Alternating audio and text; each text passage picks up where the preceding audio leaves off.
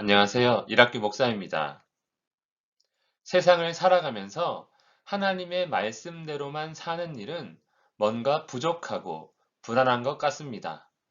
그래서 세상의 것을 찾습니다. 신명기 18장 9절에서 14절입니다. 신명기 14장부터 지속적으로 말씀하시는 것은 바로 거룩입니다. 그렇기에 토지의 소산에 대한 11조, 7년마다 빚을 탕감해주는 일, 하나님의 은혜를 기념하는 절기, 공의와 그를 위한 재판, 이방 나라와 다른 왕의 역할, 궁극적인 기업에 이르기까지 하나님은 자기 백성이 세상에서 하나님의 말씀을 기준으로 구별된 모습으로 살기를 원하십니다. 이스라엘은 가나안 땅을 정복할 것입니다. 그러나 그곳에는 여전히 가나안 민족들과 그들의 문화가 남아 있습니다. 그렇기에 하나님의 거룩한 백성으로 사는 일에서 중요한 것은 하나님의 말씀대로 사는 것만큼이나 그들의 행위와 문화를 따라서는 안 되는 일입니다. 그의 아들이나 딸을 불가운데로 지나게 하는 자나 점쟁이나 길흉을 말하는 자나 요술하는 자나 무당이나 진언자나 신접자나 박수나 초혼자를 너희 가운데서 용납하지 말라. 진언자, 초혼자는 죽은 자의 영혼을 불러내는 사람입니다.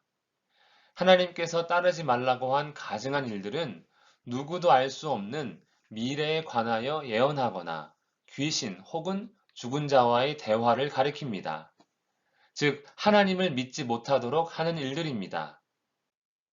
이스라엘의 복과 저주는 모두 하나님께서 주관하시는 일입니다.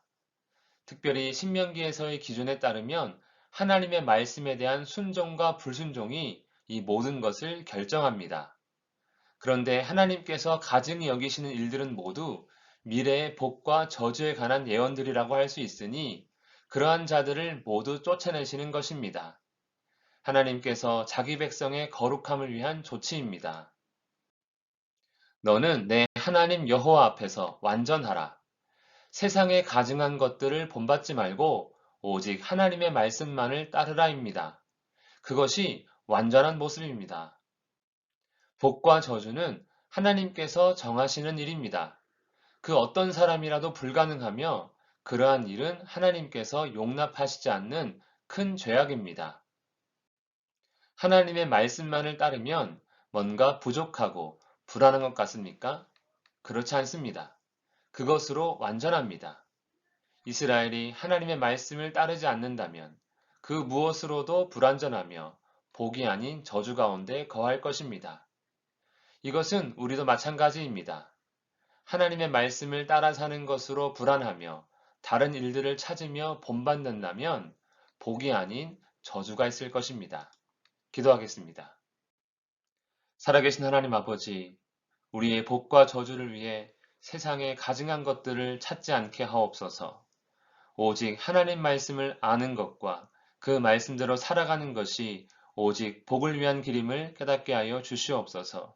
주의 말씀을 더 알기를 원하옵고 따르기를 원하오며 거룩하신 예수님 이름으로 기도합니다. 아멘.